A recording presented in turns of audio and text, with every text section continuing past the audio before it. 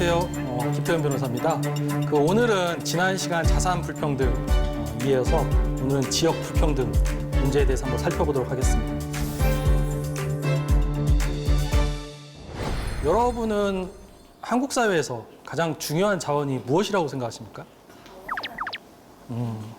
그러니까 자원을 사람이라고 표현하는 게 좀 다소 어색했는데요.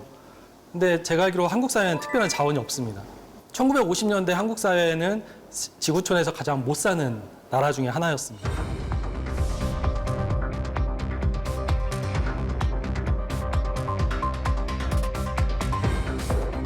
근데 여러분도 아시다시피 2020년대에 들어서 가장은 아니지만 잘 사는 나라, 그리고 이제 선진국의 문턱에 들어와 있습니다. 그렇게 이제 부모님들이 1950년대 가장 못 사는 대한민국을 2020년대까지 이제 잘 사는 나라를 만드는 데까지는 부모님들의 엄청난 교육열이 필요했습니다. 그러니까 부모님들이 자식을 가르쳐서 그렇게 배운 자식이 또 나라를 세우고, 그래서 또 그 배운 자식이 또 자식을 가르쳐서 또 이제 일본, 미국, 유럽으로 또 유학을 보내고, 그렇게 해서 또 그렇게 배워온 사람들이 또 나라의 경제 성장을 이끌고, 그렇게 가장 중요한 사람이, 인구가 서울 수도권의 50%가 모여 살고 있다는 거는 잘 알고 계시죠? 작년 기준으로 50%를 돌파했다고 합니다. 그럼 이제 두 번째 퀴즈입니다. 그러면 수도권에 전 세계 지구촌에서 우리나라처럼 수도권에 50%의 인구가 모여 사는 나라가 있을까요? 없을까요? 네, 없습니다. 그럼 이제 여기서부터는 좀 문제의식을 느껴야 하잖아요. 왜 어느 나라도 수도권에 50%가 모여 있지 않은데 왜 우리나라만 유독 서울 수도권에 50% 인구가 모여 있을까? 한편으로 생각을 해보면, 그러면 왜 우리나라는 서울 수도권에 50% 인구가 모이게 됐을까가 또 궁금해지지 않습니까? 그래서 생각을 해보면 결국 이제 도시화의 역사인데요. 한국 사회는 수출로 먹고 살던 나라였습니다. 그러다 보니 어느 나라보다도 더 빨리 생산해서 더 빨리 공급해야 하는 그런 문화가 있었죠. 그러다 보니까 가능하면 가까이에서 모여서 산업을 운영해야 했던, 그러다 보니 규모의 경제, 집적의 이익을 누릴 수 있게끔 서울 수도권에 모이게 됐던 거죠.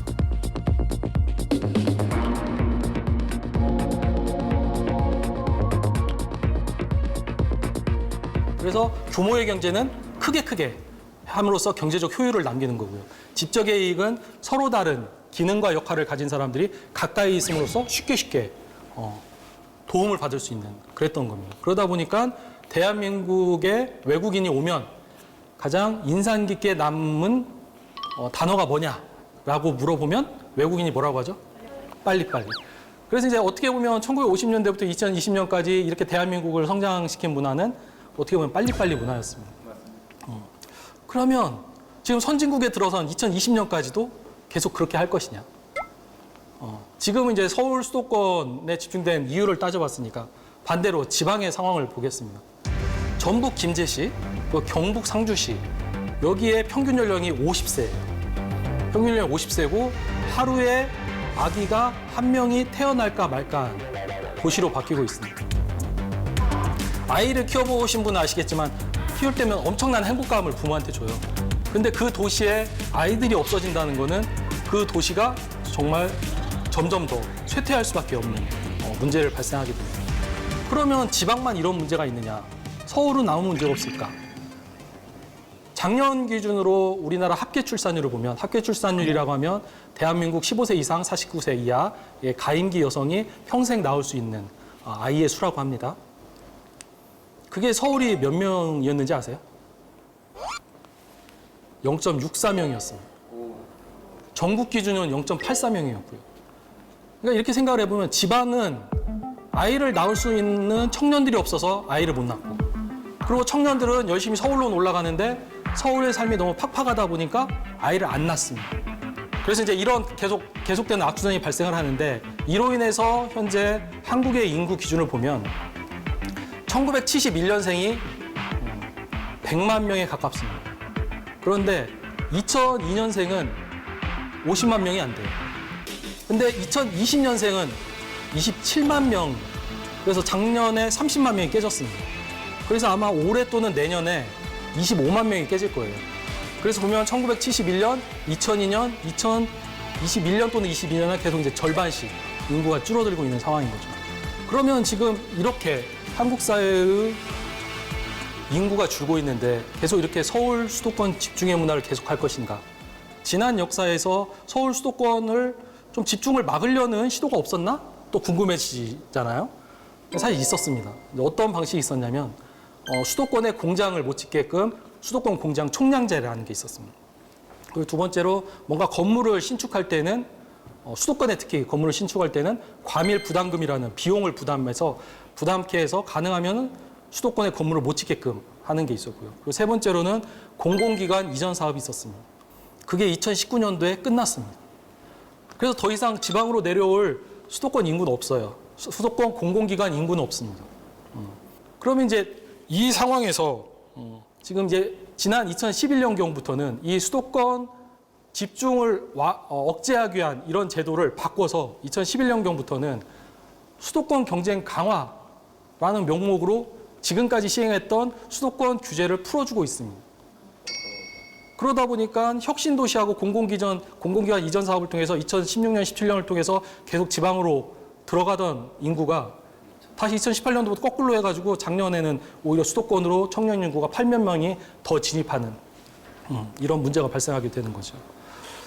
그래서 이제 이와 관련해서 이런 지방 소멸의 문제, 그리고 서울 수도권 집중을 막고 지역 균형 발전을 하기 위한 대안으로서 몇 가지 논의가 있습니다. 첫 번째 행정수도 이전 사업, 두 번째 국회 양원제 논의, 세 번째 대법원과 헌법재판소를 지방으로 옮기자는 논의. 그러니까 행정수도 이전 사업은 들어보셨겠는데 2002년도에 노무현 대통령이 대통령 선거 공약으로 내세워서 실제로 신행정수도 건설 특별법이라는 걸 만들어서 2004년도까지 진행을 했었습니다.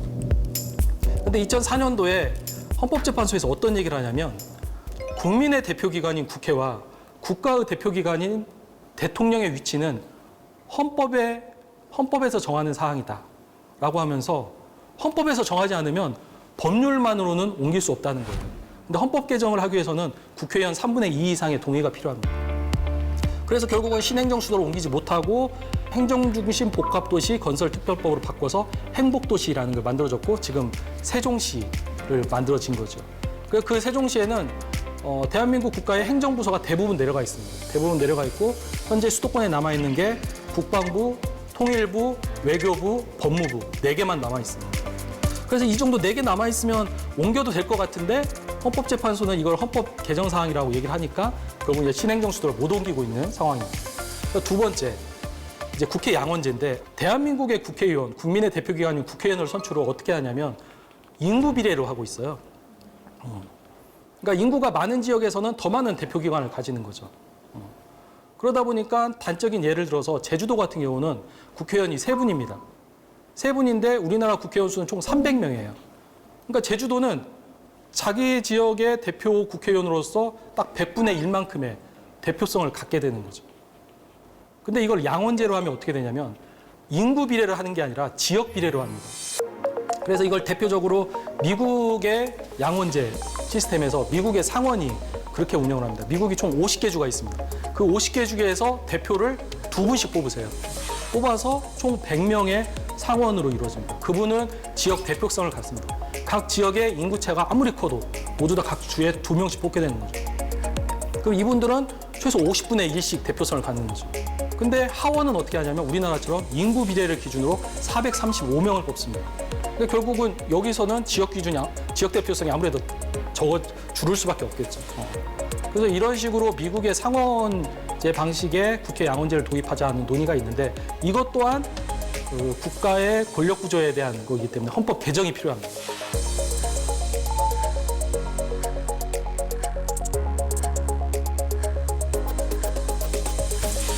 그래서 이제 이것도 어렵고, 그래서 이제 세 번째 논의가 뭐냐면, 그러면 국민의 대표기관인 국회도 이전하기 어렵고, 국가의 대표기관인 대통령도 이전하기 어렵고, 국회 양원제도 하기 어려우니, 그러면 대법원과 헌법재판소를 지방으로 옮기자라는 논의가 있는 겁니다. 근데 이제 대법원의 대법관님들과 헌법재판소의 헌법재판관님들은 그 대한민국 법조인들의 엘리트 중에 엘리트세요. 근데 이분들이 대체로 대법원과 헌법재판소가 서울에 있으니까 거주지가 주로 서울에 계시겠죠. 그러다 보니까 생각이 주로 서울 중심적입니다. 그래서 이런 점에 비춰봤을 때 대법원과 헌법재판소를 옮기는 것도 나쁘지 않다라는 생각이 듭니다. 그래서 이제 이런 논의가 있다라는 것을 소개해드렸고요. 그리고 이제 제가 마지막으로 드리고 싶은 말씀은 우리가 지방 소멸을 막고 지역 균형 발전을 하기 위해서 가장 중요한 거는 지방의 일자리를 가져와야 합니다. 그리고 이제 일자리와 함께 엄마들이 가장 중요시하는 게 뭔지 아세요? 교육.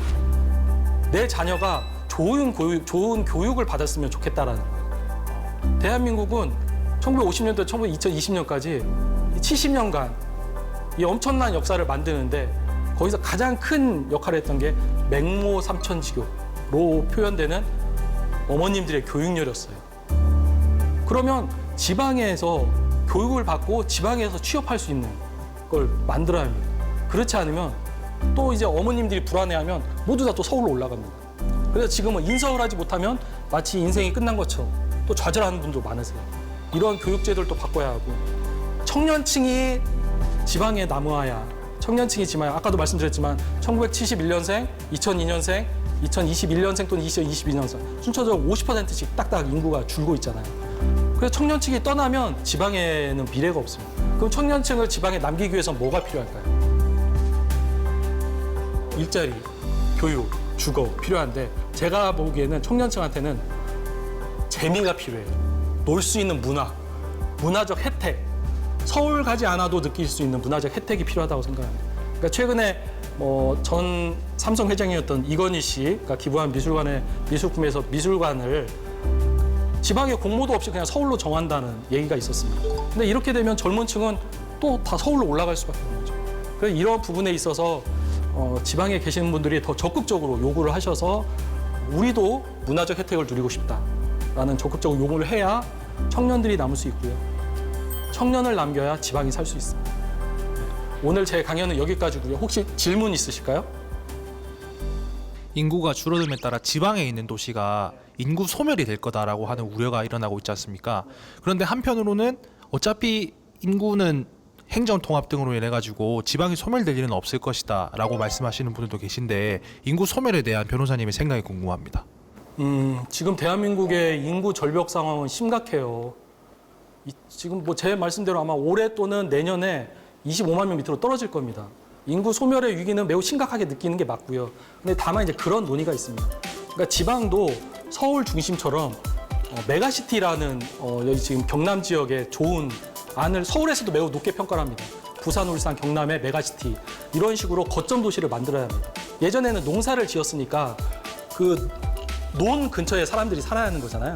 근데 지금은 오늘 농사를 많이 짓지 않습니까? 그러니까 도시에 많이 몰려야 하는데 서울로 청년들이 올라가지 않게 하려면 지방도 메가시티가 필요합니다. 부산, 울산, 경남의 창원 이런 데가 세 군데가 모여서 청년들이 자부심을 갖고 자긍심을 갖고 문화적 혜택을 누릴 수 있는 도시가 필요하다고 판단하고 있습니다. 네. 그래서 이제 오늘 제가 드리는 말씀은 한국 사회의 수도권 집중은 너무 심각하다. 이로 인해서 지방 소멸의 문제는 더욱 심각하고 인구 절벽의 문제는 눈앞에 와 있습니다. 이걸 극복하기 위해서는 저는 지역 균형 발전에 대한 대안이 무엇보다도 필요하고 지역은 청년들을 서울에 뺏기면 안 된다. 그러기 위해서는 더 많은 지방의 일자리, 교육, 문화적 시설에 대한 보강이 필요하다. 그래서 지방에서 더 많은 청년들을 위한 혜택을 가져오는 싸움을 멈추지 않았으면 좋겠습니다. 오늘 강연은 여기서 마치도록 하겠습니다. 감사합니다.